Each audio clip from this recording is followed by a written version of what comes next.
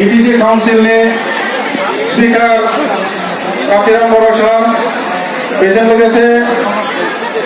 रेवरा नार्जारी सार, जन्जुवार समष्टिनि MCLA, बेजों लोगोसे सिडब्लिउसिनि member हिरन बसुमतारी सार, बेजों लोगोसे लकडाउन नार्जारी बिथां, बेजों लोगोसे सेन्ट्रेल इउपिपिएलनि इउथनि सासे नेहाथारि सन्जिब बसुमतारी बिथां, दा गासै इउपिपिएलनि डिस्ट्रिक्टनि आरो ब्लकनि आंनि दैदेनगिरि लोगो नोंथांमोन, दा दिनैहाय जोंहा बुथ सम्मेलन बे हाबाफारिखौ दैदेनलांनो थाखाय रेवरेवा सार उपस्थित हबफोरा आमार केन्द्रीय कमिटिर नेतृबृन्दসকল, जिल्ला पर्यायर नेतृबृन्दসকল, ब्लक पर्यायर नेतृबृन्द, আজিৰ সভাখন চলাই নিব কাৰণে যিটো মোক দায়িত্ব দিলে এই দায়িত্বখন মই পালন কৰি যাব কাৰণে মই হাতত লৈছোঁ। बे समावहाय जोंहा मोनसे हाबाफारि दङ जाय बिथांमोनहा जोंखौ बावसोमलांबाय। दा बिथांमोननि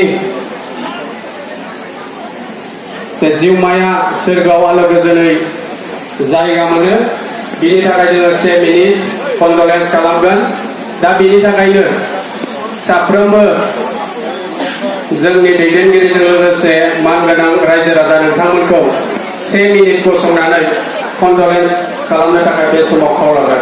1 मिनिट सिगाङाव बेलाय कन्डलेन्स কৰিবৰ কাৰণে মই অনুৰোধ কৰিছোঁ। हठात इउपिपिएलनि वार्किं प्रेसिडेन्ट सार रवीन्द्र नार्जारीखौ गावनि सिनायथिखौ लानो थाखाय आं बे समाव गुरै खावलायनाय जाहैबाय आरो गांसे आर'नाइजों बरायना लानो थाखाय बे समाव खावलायबाय।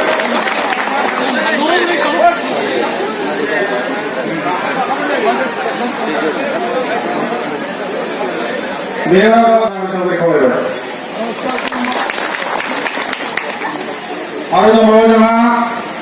जन्जुवार समष्टिनिफ्राय देरहानो हानाय एमसिएलए रेवरेवा नार्जारी सारखौबो गावनि सिनायथिखौ आर'ज लानो थाखाय गुरै खावलायनाय जाहैबाय।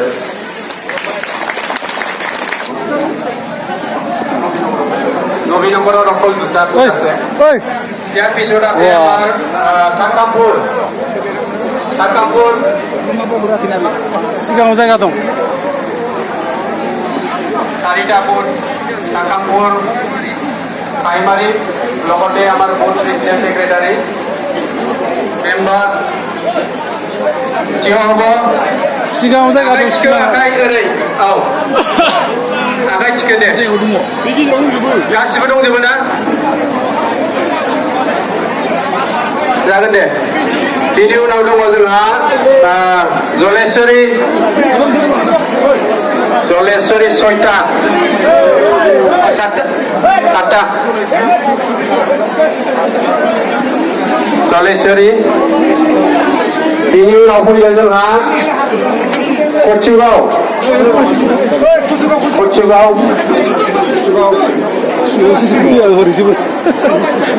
बिनि उनाव फैगोन जोंहा नर्थ गङिया 2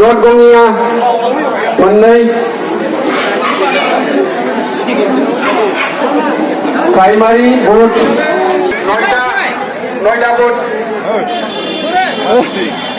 सिगाङाव जिरायसै थ' सिगाङाव बै जे थाबै बारस'दो दा सिगाङाव दे जायगा दं। सिगांजों जायगा दं सिगांजों। ঠিক আছে কমল সিং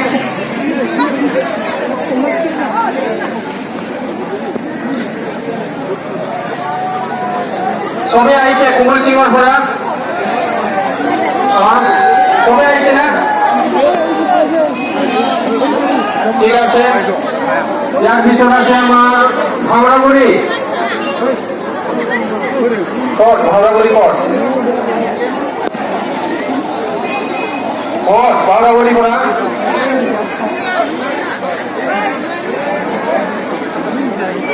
सिगाङाव जायगा दं। जिरायनो Ada siapa nama? फै 9টা 11টা ओइ सिगाङाव जायगा दं 11টা 11টা मनाया मनाया बै टेबोलाव जोंनि मावथिफ्रानो मोनसे लिस्ट बानायाखै होनबा जोंनि कर्मफ्रा वाइ बेसेबां जन जादों 10 वमेन 10 इउथ जों बिदि बानायनो थोनाखै होनबा 3 जन बोर्ड कमिटिफ्रा बानायदोंना बानायाखै बोर्ड कमिटिफ्रा बनायছেনা बनायছেনা বনোৱা নাই অলপ ক'ব মোৰ লগত আমি কথা পাতি আলোচনা কৰি যাম কষ্ট হ'ব না একেবাৰে পিছফালে শুনিছে না নাই শুনা পায় ঠিকে আছে ঠিক আছে এতিয়া আমি বোর্ড কমিটি আমি বনালো আৰু আপোনালোকক কাম কৰিবৰ কাৰণে নিৰ্দেশ দিয়া হৈছে পেজ 1 টো কমপ্লিট কৰিব লাগে পেজ 2 টো কমপ্লিট কৰিব লাগে আৰু আজি তাৰিখত পেজ 2 কমপ্লিট কৰিবৰ কাৰণে সময়টো খুলিব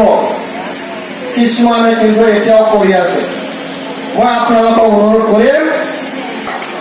আমার যুদ্ধ ক্ষেত্রটো হল যদি যুদ্ধ নিয়ে ভোটারা যাওয়া হয় ভোট সেন্টার ভোটর যুদ্ধ কোড হয় ভোট সেন্টার যে जोंनि ভোট होग्रा जाय जायगायाव भोट होयो बे जाबाय भोट सेन्टार बेवहाय जोंनि जुद्धआ जायो से हमनानै लादो जोंनिया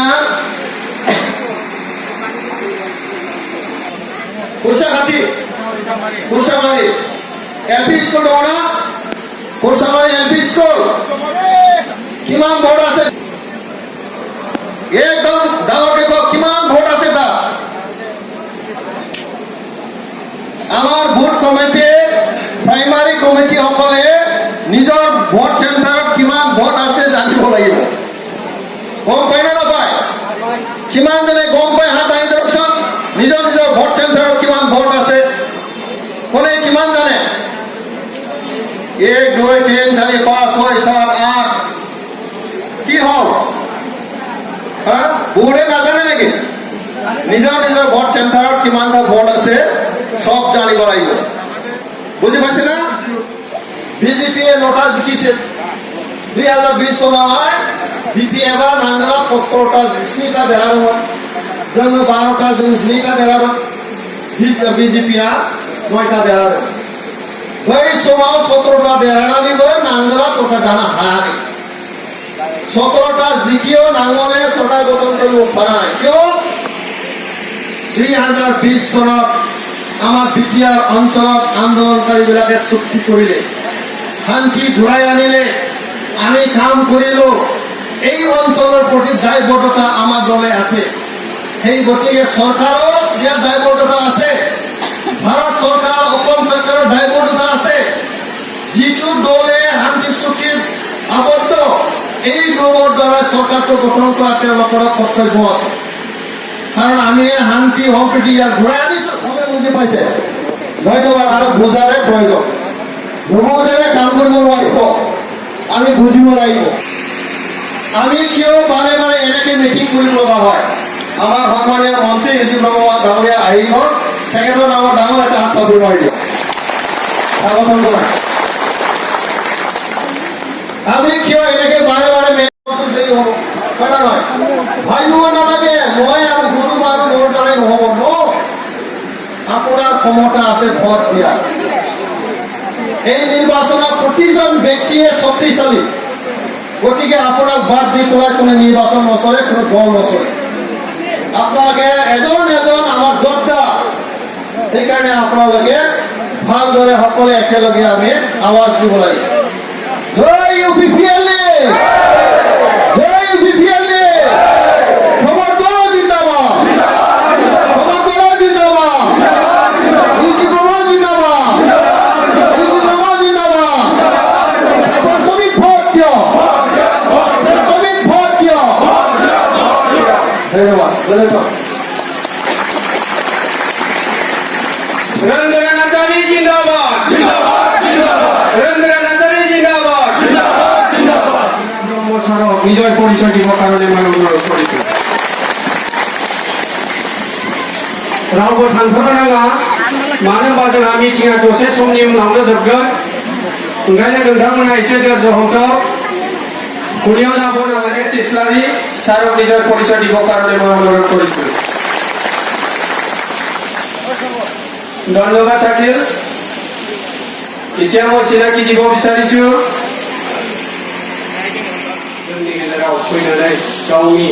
बेसेन गोसा बिबुंथिखौ होफैनायनि थाखाय आङो ब्लक कमिटिनि जानानै रोजा रोजा साबायखर बावबाय आरो बेजों लोगोसे जोंनि गेजेराव बिटिआर सरकारनि स्पिकार मानगोनां काथिराम बर' सारनिसिम रोजा रोजा साबायखर बावबाय लोगोसे बे समाव जोंनिनो इउपिपिएल दोलोनि वार्किं प्रेसिडेन्ट तथा रायजो सभानि आंगत मानगोनां रोंगोरा सारनिसिमबो ब्लक कमिटिनि जानानै रोजा रोजा साबायखर बावबाय आरो बे समावहाय जोंनिनो इउपिपिएल दोलोनि गाहाय नेहाथारि आरो एमसिएलए मानगोनां माधव छेत्री सारनिसिमबो रोजा रोजा साबायखर बावबाय आरो लोगोसे जोंनि गसाइगाव एमएलए समष्टिनि एमएलए मानगोनां किरण बसुमतारी सारनिसिमबो ब्लक कमिटिनि जानानै साबायखर बावबाय लोगोसे जोंनि क'क्राझार समष्टिनि एमएलए मानगोनां लरेन्स इस्लारि सारनिसिमबो साबायखर बावबाय बे समावनो आं साबायखर बावगोन जोंनि जमदुवार समष्टिनि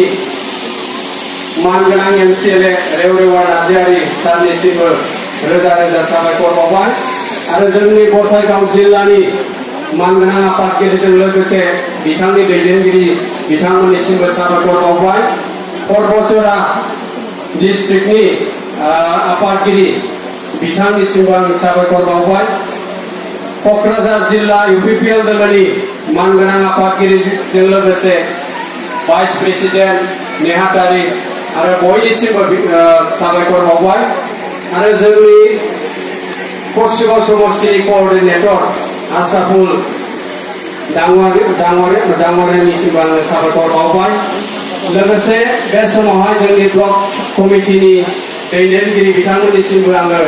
गोसो गोरबोजों साबायखर बावबाय लोगोसे गुबुन गुबुन सेन्ट्रेलनिफ्राय लानानै डिस्ट्रिक्ट लेभेलसिमनि दैदेनगिरि बिथांमोननिसिमबो ब्लक कमिटिनि जानानै साबायखर बावबाय आरो जोबथारनायाव আমার কচুগাঁও সমষ্টিৰ অন্তৰ্গত 15খন প্ৰাইমাৰীৰ সভাপতি সাধাৰণ সম্পাদক আৰু আমাৰ লগত কি আছে যোৱা 2020 চনত তেওঁলোকে 17টা জিকিছিল যাৰ প্ৰাইমাৰী প্ৰেচিডেণ্ট আৰু কোন প্ৰেচিডেণ্টক মাতিব খালি ইয়াৰ আহিব পাৰিব বেলেগটো মাতা পিছতে আহিব পাব লাগিব আমাৰতো মানে খালি কম যা আমি এজন আহিব কোন প্ৰাইমাৰী প্ৰেচিডেণ্ট ছেক্ৰেটাৰী কোন আছে আৰু প্ৰাইমাৰী প্ৰেচিডেণ্ট ছেক্ৰেটাৰী গোটেই যদি কাম এটাকে ইমান ভিড় হৈ যাব অৱস্থা একেবাৰে ঘোষণীয় জিকিব পৰা অৱস্থা নাই অকল কোন president secretary primary president secretary সকলোকে অনুৰোধ ট্ৰেডিশ্যনত বহিবলৈ আমি এজন প্ৰাইমাৰী প্ৰেচিডেণ্ট আৰু কোন প্ৰেচিডেণ্টকে মাতিব পৰা बेहाय गोग्लैसोनानैसो दङ होननानै जों खोनादों दासो एसे एसे हामदों होननानै जों खोनादों गतिके लोमजानानै थानाय मानसिनि बाथ्रायाव आङो फिननाय होआ बिथाङा जाहाथे थाबैनो